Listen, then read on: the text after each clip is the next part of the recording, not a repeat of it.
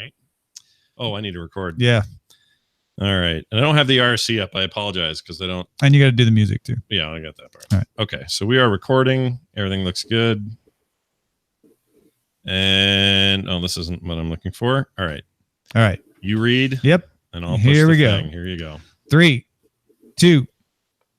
Thanks to everyone who supports Daily Tech News Show directly. To find out more, head to dailytechnewsshow.com/support.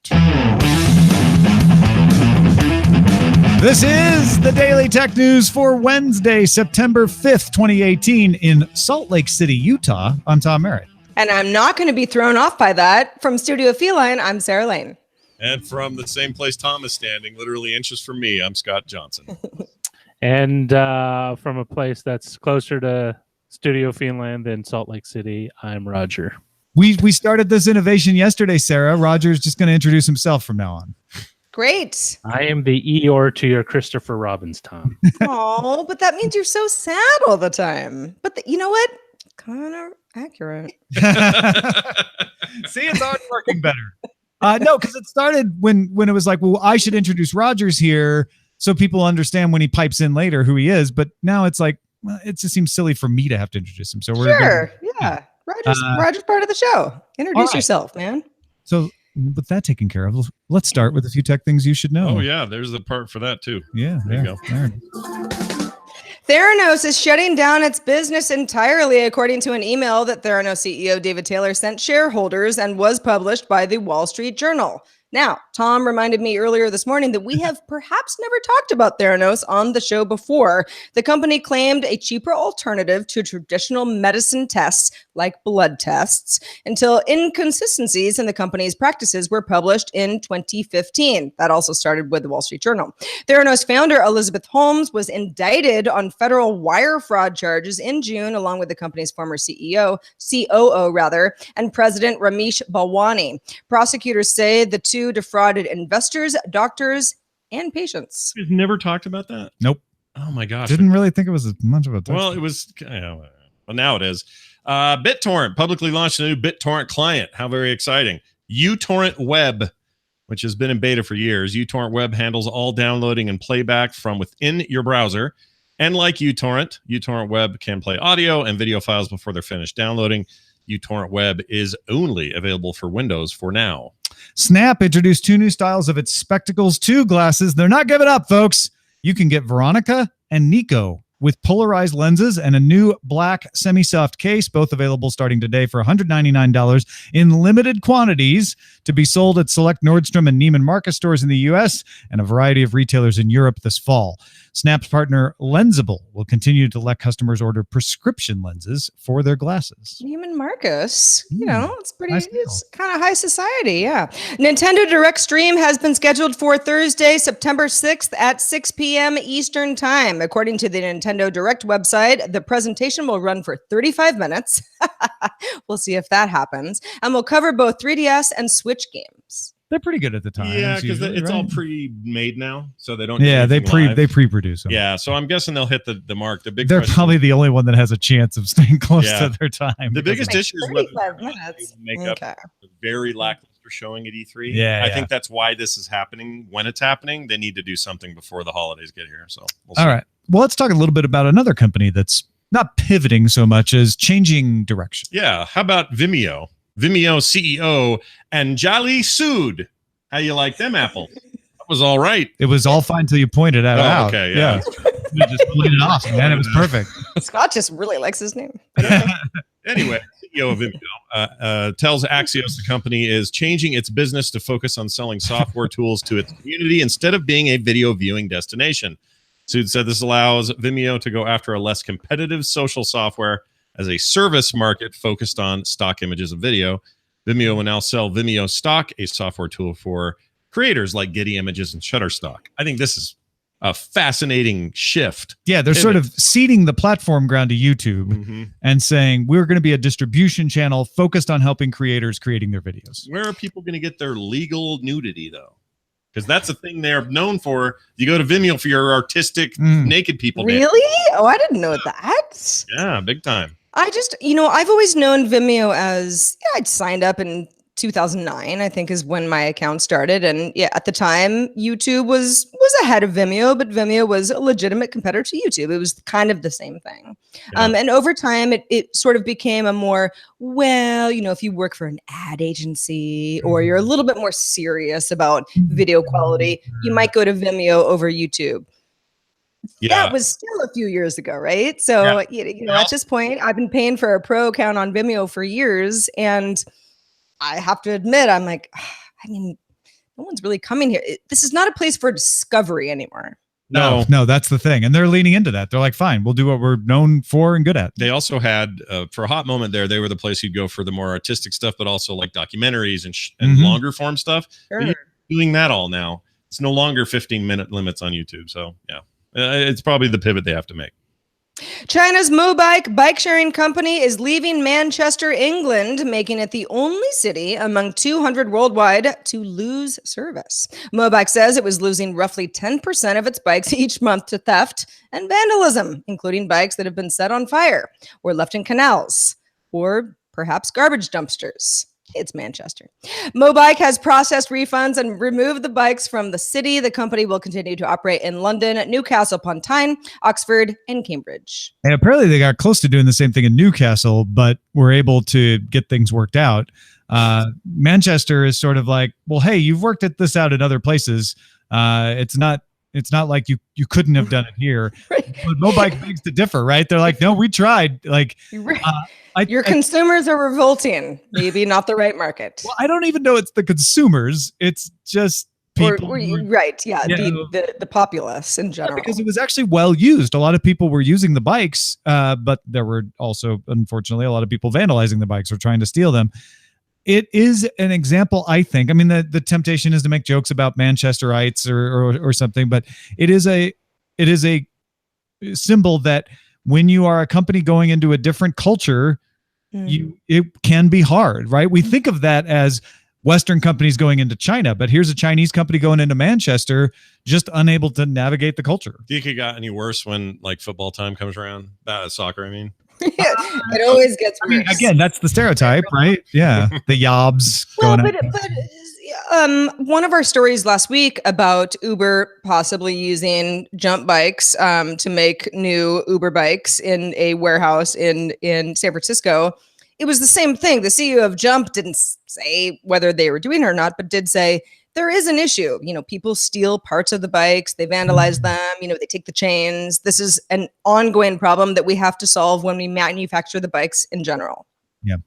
According to new research from a team at Northeastern University and the University of Massachusetts Amherst, published by Bloomberg today, Netflix and YouTube are the most throttled services by telecoms in the United States. The data was gathered from an app called WeHe, which was downloaded by 100,000 customers to monitor when data speeds to mobile services differ from the general network speed available. AT&T and Verizon were showed to be throttling the most. The carriers said, we're only slowing video to manage congestion, and we don't target video by its source.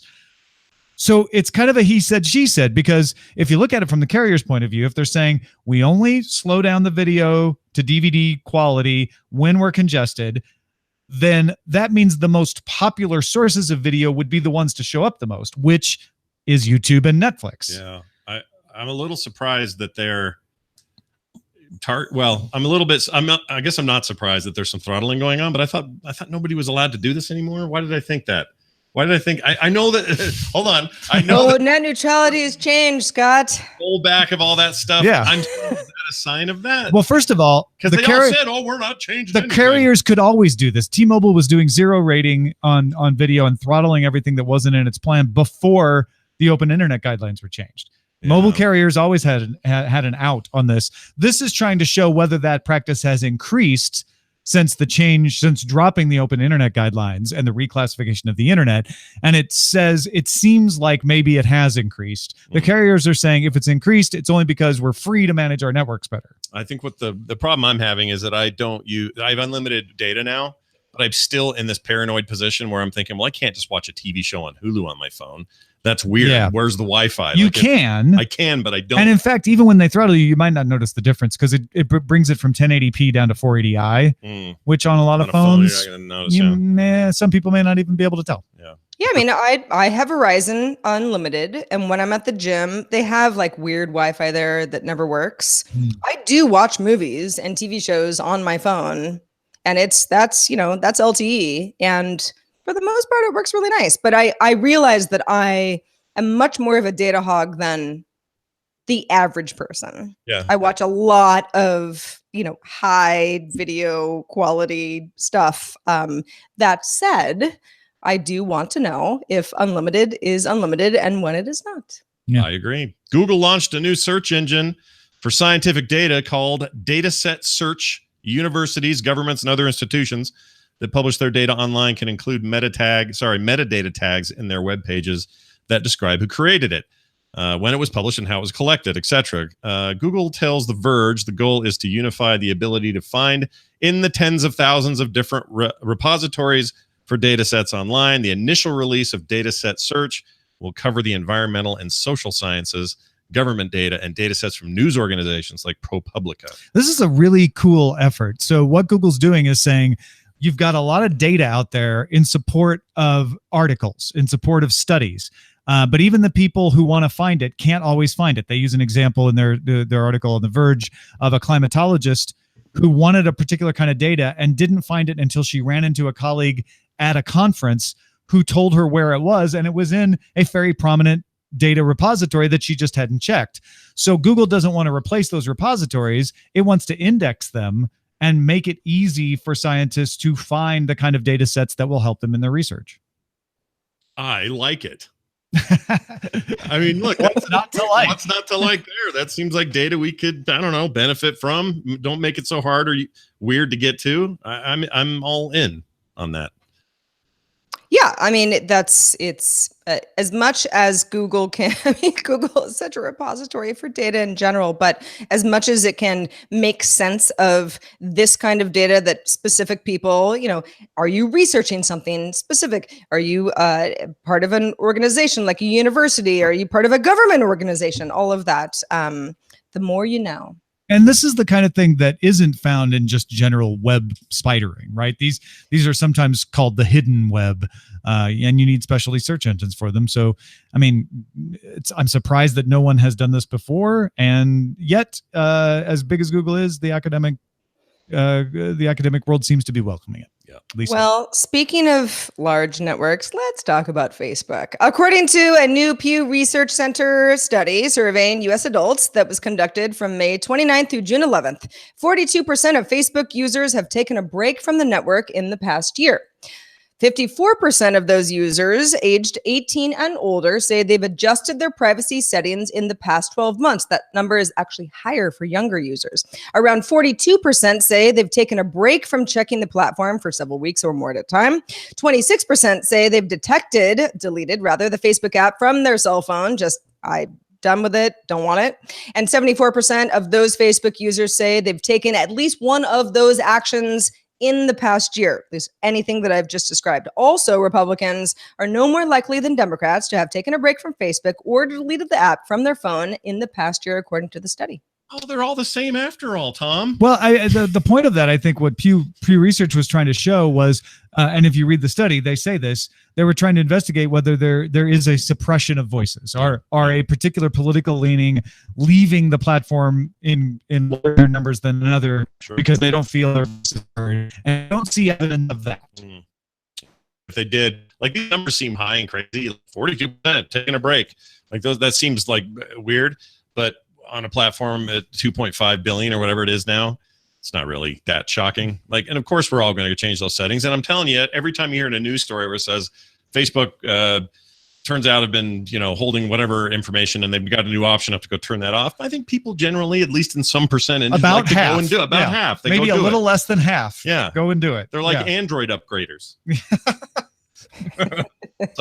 Well, really a jab. And no, it's more of the manufacturers, not the users' fault in that case. I will say, and this is anecdotal and, very much my personal sort of social group, but Facebook is falling off. It's falling off the way that I would say a lot of my Twitter friends fell off a few years ago because they were like, it's Twitter. And I think that Facebook doesn't lose because so many of those people are just on Instagram all day now. But I've really seen a drop in usage among people that were quite prolific on Facebook in the past. Again, small sample. Those are just my friends, and I don't have 5,000 of them. But this does seem to be a trend where people are like, like taking a week off. I'm not missing anything. I have a small sample of 3 kids. One doesn't live here anymore, but my 3 kids, none of them use Facebook anymore. All of them are on constant Instagram, like you say. They're 18, they're 21, they're 23, 4, whatever she is. And that's How old's my daughter? Nobody cares. Now, again, that's anecdotal, right? But it feels real to me that change is happening. Well, remember, a monthly active user only has to use Facebook once to count. So that number can stay high with people almost never using Facebook. Right. And then suddenly just drop off if people really stop. Yeah.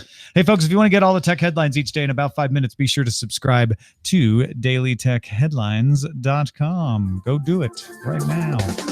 All right, Facebook COO Sheryl Sandberg and Twitter CEO Jack Dorsey told the Senate Intelligence Committee in the United States Wednesday that they are better prepared to combat foreign interference on their platforms. Now, this comes about a year after both companies told the same panel that Russia used inauthentic accounts to spread confusing messaging around the 2016 election.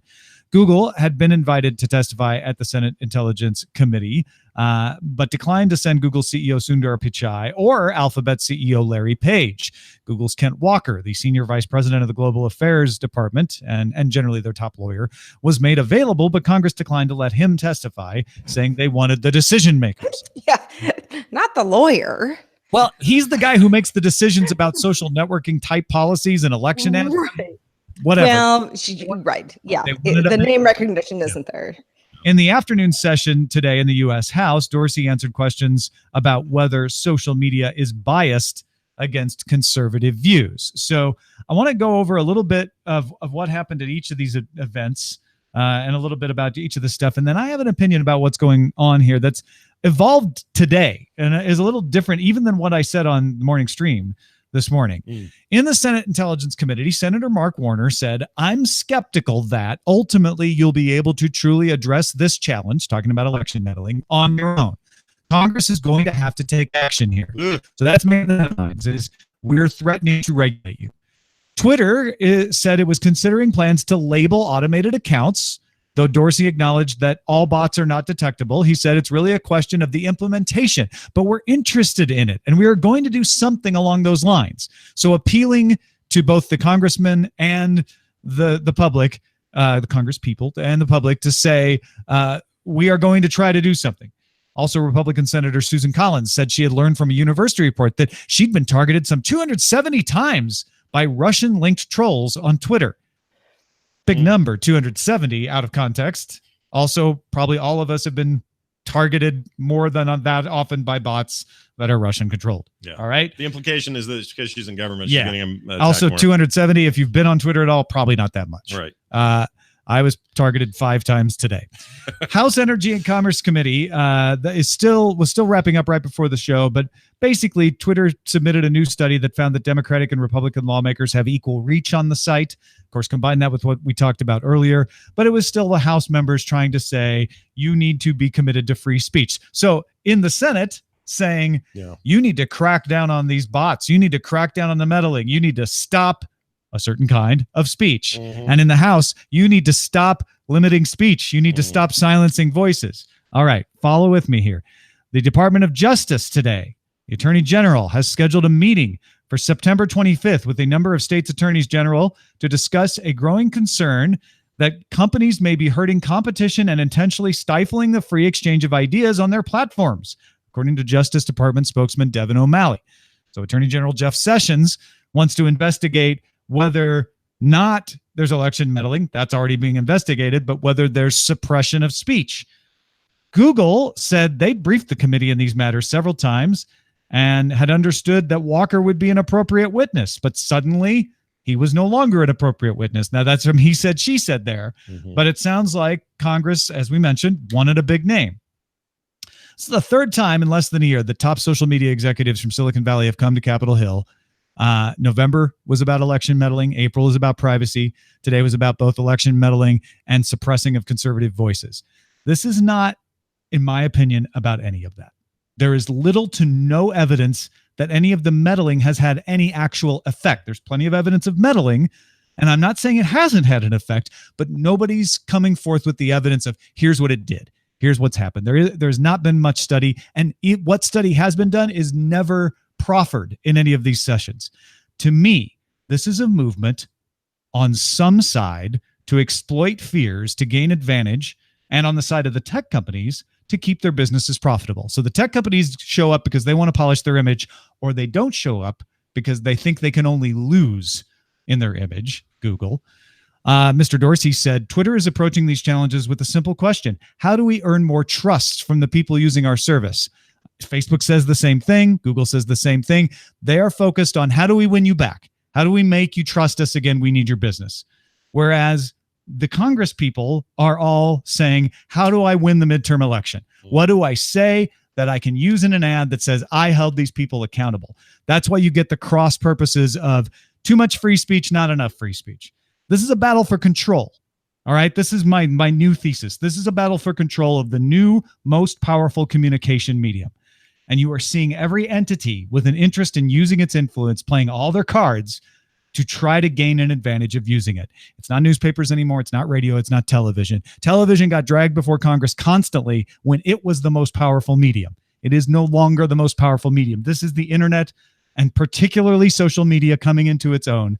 And Facebook and Twitter, despite the theater, are not subjects of an enforcement action. There's a little bit of finger wagging. We might regulate you, but they are the brokers for power. And this is the negotiation with them to get an advantage in using their platform. Yeah, I don't disagree with any of that. I think that's exactly what's going on. I would like to specifically say, all in on your thought process about how we're not getting any kind of data that shows what was actually done with the meddling. I get that the meddling's scary. I get that it has implications, all of that, but no quantifiable results of what did it actually do. Did it throw an election someone's way? Did it not do that? Did it do something else? Did it just annoy us all? And did it just annoy people who are on these platforms and nobody else is affected by it? Like, we don't know any of that because nobody's talking about that. I assume somebody's studying it somewhere, but are we not going to find out for 5 years? We've talked about a couple of studies, but they're, Sure. yeah, they're out there. So that's my biggest takeaway from your thoughts is until we start getting some of that, I'm kind of tired about hearing about it. Like, okay, there was meddling. Can we now talk about the results? Like, it's saying, well, my sprinkler broke. Great. What happened? Oh, you mean I should check to see if there's flooding or other problems? Well, yeah, that's the point. I don't hear any of that coming out of anybody. It frustrates me. Well, I don't know.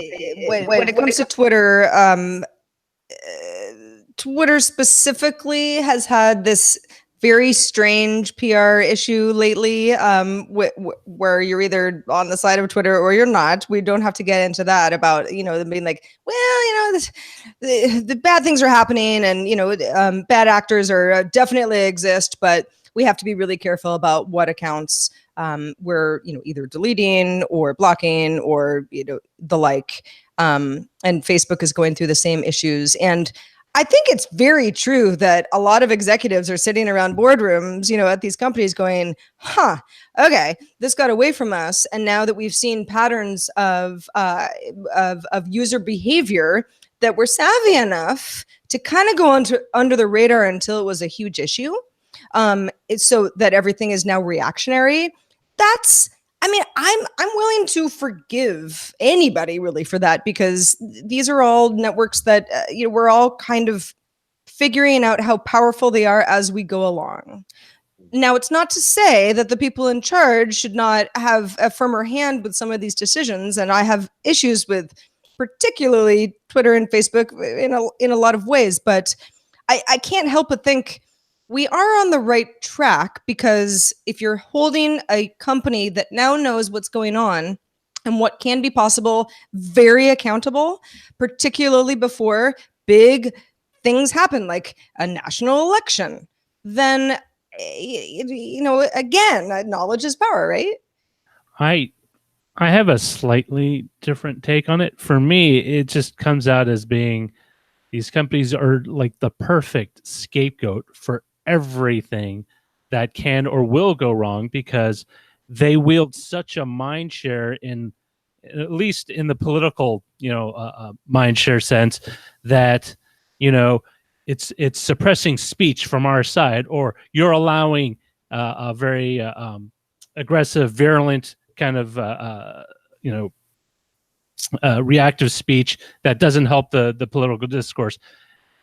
It's essentially blaming the medium rather than the messenger because it plays well to their political base on both sides, but also it allows you to have an almost there's no downside not to blame.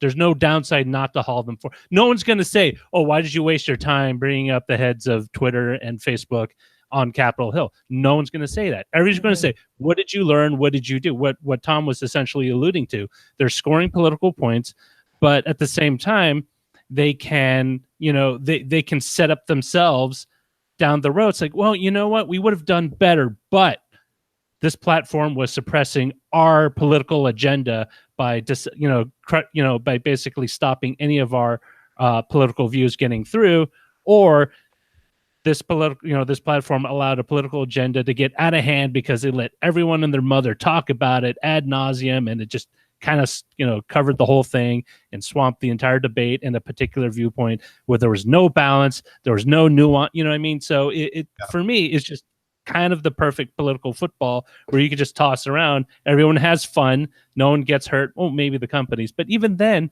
not even much. Yeah. I agree. This is why I like doing this show, because we all four have different viewpoints on this, but we're not necessarily in disagreement. It's not like a classic, like I'm on this side and you're on that side. We all have four different perspectives, and that's what's going on. There's nuance here. And the one thing I want to add on top, the cherry on top of the sundae that we just built out of our four different perspectives, is what they want you to do is be mad and afraid. That's how they manipulate you. And it doesn't matter whether you're right or they're right. If you're mad and afraid, then whatever happens, they can either say, we prevailed over that thing that made you mad or afraid, or because of that thing you were mad or afraid of, we didn't prevail and we need to stop it, and keep manipulating you to their message. And when I say they, I mean all of them. Everybody out there who's got a stake in persuading you to be on their side. Yes. Well, and I think the point Roger was making, it's that same argument of like, the media doesn't want you to know about this. It's like, well, that's just becoming Facebook and mediums that are less television and more internet. I still see these very strange, theories from people being like, if you want to bypass the algorithm, you have to copy and paste this message and then post it to your, where I'm like, what are you talking? Like no, who started this? Like, it's a chain letter, it's all the same thing that we've seen for years, but people are actually confused about how this all works. And that's where I think it's, the most detrimental, because you're not going to get billions of people using any network to understand how the technology works behind the network. They just want to communicate with their friends. Yeah. But there's just more to it than that. Back in the day, people believed that televisions were watching them. Yeah. Right? That is a legitimate thing that a lot of people thought. Yeah. My grandma. Well, they are, Tom. So now we know. Your point is, have you seen Poltergeist? Jack Dorsey's beard. On point. Just saying. Yeah. Forget about the rest. That beard. You bearded people, like you takes one to know one, right? Game recognizes game. That's all I'm saying. That's right. Okay. Wow. All right. Okay. Well, thanks to everybody who participates in our subreddit. You helped me make my headlines this morning. So thank you to everyone, and keep it coming. Submit stories and vote on others at dailytechnewsshow.reddit.com. You can also hang out on Facebook. Hey, we're on Facebook, facebook.com/groups/Daily Tech News Show. We're also on that email platform. We get those. Yeah, email. It's a dying fad, but we're still on it. Just kidding. Rich and lovely Cleveland, aka Mr. Anthropology. Hello, Rich. Has a good example of a U.S. retailer working to compete with online options. This has been a topic recently. Rich says, Giant Eagle is a grocery chain around here. He lives in Cleveland, of course. He says also Pennsylvania and West Virginia. They're a mid-priced grocery store, so they're not bare bones, but they're not like Whole Foods either. They're just the kind of store set to be disrupted whenever Amazon Fresh Delivery arrives in Cleveland. Rich says Giant Eagle now offers the ability to order groceries online, either via the web or an app, with both curbside pickup or delivery options available. This has involved rearranging their retail to provide parking spaces for orders, training personal shoppers. They're now a frequent site when I shop there. Rich says, I imagine this remains a big investment and part of a strategy to remove any barriers to shop at this chain. Their prior strategy had been to remove reasons not to shop in the store, adding a Starbucks or childcare or dining meals or banking options, just to name a few. Well, thank you, Rich. Appreciate that insight. As always, keep them coming, folks. Feedback at dailytechnewsshow.com. Thanks also to Scott Johnson, who happens to be in the same room as Tom Merritt. We don't see that very often. Scott, how does it feel? It doesn't feel any worse or better than it did last time. No, I really like having Tom here. It's been great. And I'm always happy to be here on Wednesday. So the fact that we worked this out to be a Wednesday appearance is awesome. Hey, I know. It worked out nice. A lot of stuff going on around what I'm up to. So if you're listening to this and you're thinking, man, what's that Scott Johnson up to? Well, you can go over to frogpants.com and check it all out. All my work is there. And if that's not enough for you, you can follow me on this Twitter we've been talking about all day, where I also have a beard. That's at Scott Johnson on Twitter. And folks, don't forget the best way to support Daily Tech News Show is patreon.com/DTNS. Become a member and start chatting with other members. Get some ad-free feeds of the show. Get some exclusive content. We've got a new column coming out tomorrow from Sarah. All of that kind of stuff available at patreon.com/DTNS. And if you're heading out to Greenville, our meetup is Friday, September 7th at 6 p.m. to 8 p.m. at the Family Vine Winery, 1349 Red Ball Trail in Greenville, Illinois. Hey, if you want to email us, feedback at dailytechnewsshow.com is the way to do it. We are live Monday through Friday at 4:30 p.m. Eastern, 2030 UTC. Find out more at dailytechnewsshow.com/live. Oh, Justin Robert Young, talk to you then.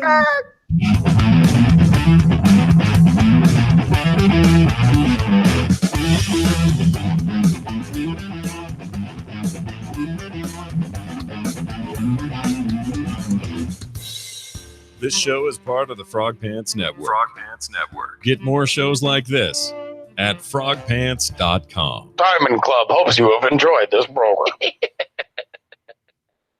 And scene. You know, Scott, I've been meaning to ask you, who is your shadow man who says Frog Pants Network after you say it? Well, that one, the one I just Who's played. Shadow Scott? This show is part of that one's me, but the one you guys play, I think, is the one I had my buddy over at his name just left me because it's well, I was making a joke because we repeat Frog Pants Network. I will bring my other voice to the show and yeah. I'll turn a Scott, if you will. Turn a Scott, yes. Sarah, you'll be happy to know I'm standing on a box doing the show. Yeah, totally. Really? Yeah, we'll prove it here. See? You see the box? Oh, hold everything. Scott, are you telling me that you stand? Yeah, I'm standing. What? And Tom is just small compared to you. I'm so not used to this. Yeah, I know. People don't see this until they meet us, and then they're like, "Oh my gosh!" I mean, all of this time, I just never thought you were standing. I'm a monster. Well, you're just really good at standing. You look so comfortable. Sometimes I have this chair back here if I'm tired or whatever else, but I kind of go back and forth. Yeah, no, I actually when I moved studio rooms, I kind of sat and I haven't stood since, but standing is preferable sometimes. Yeah. Just kind of since grounds you. Show today, we should do the Showbot. Okay.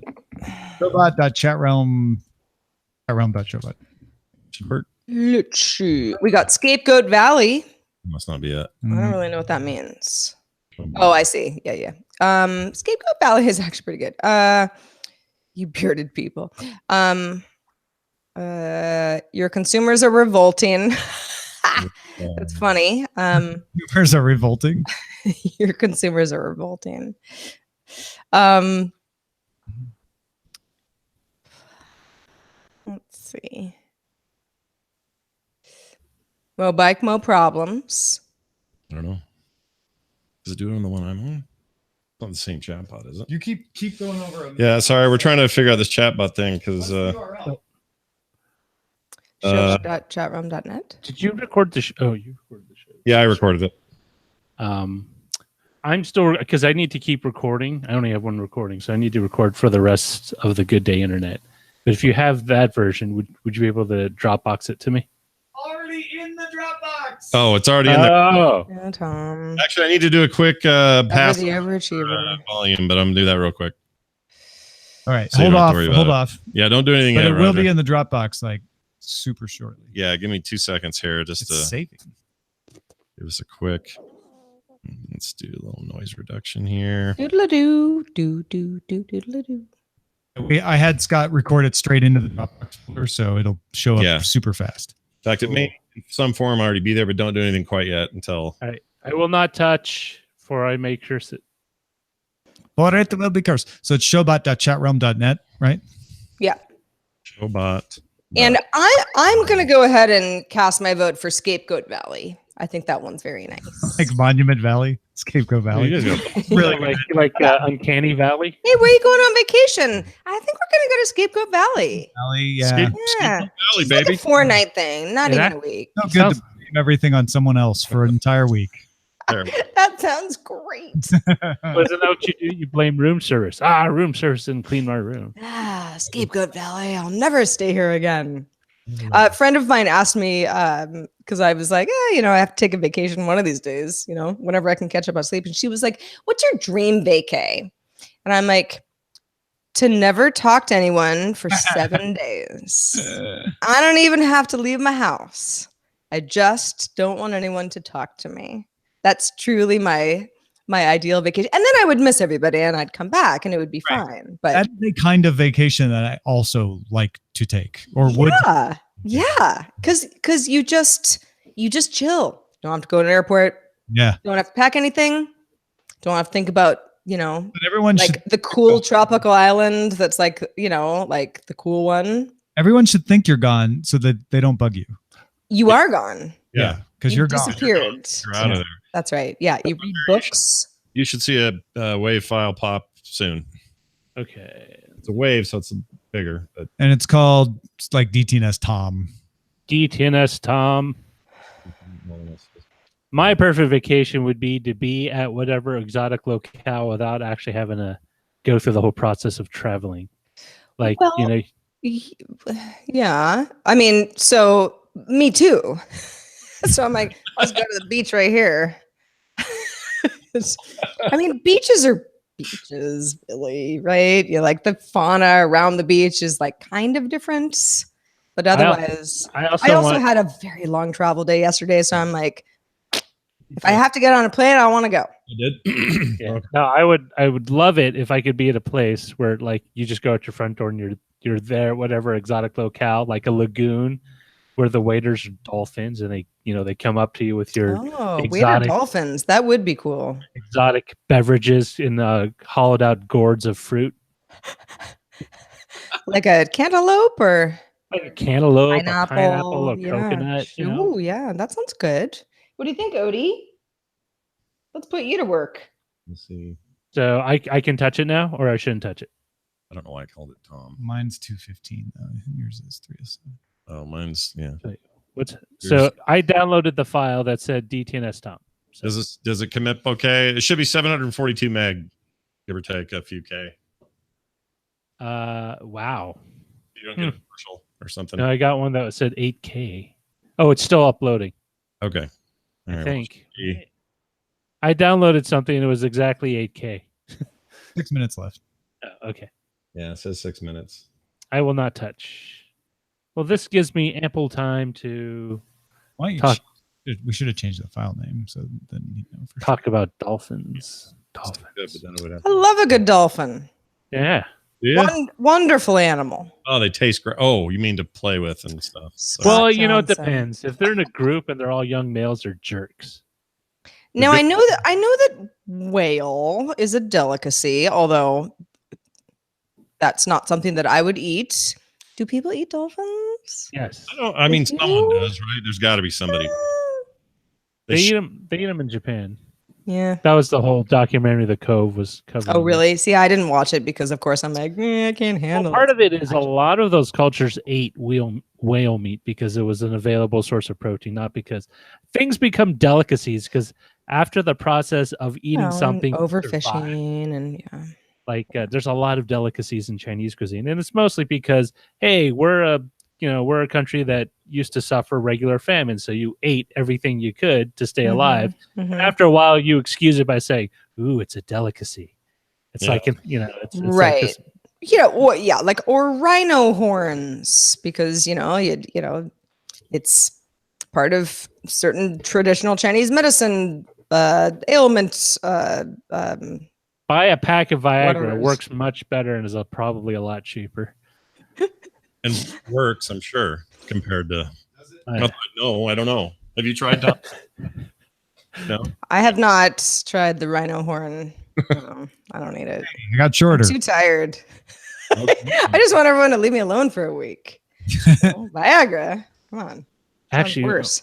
The other cool thing would be to eat whatever you wanted without having to suffer any of the. Like you could eat like really fatty fried foods and you wouldn't have to suffer any health issues because of it just for a week. Like you pig out on whatever. Well, you probably, I mean, unless you're really unhealthy to begin with, a week probably wouldn't kill you.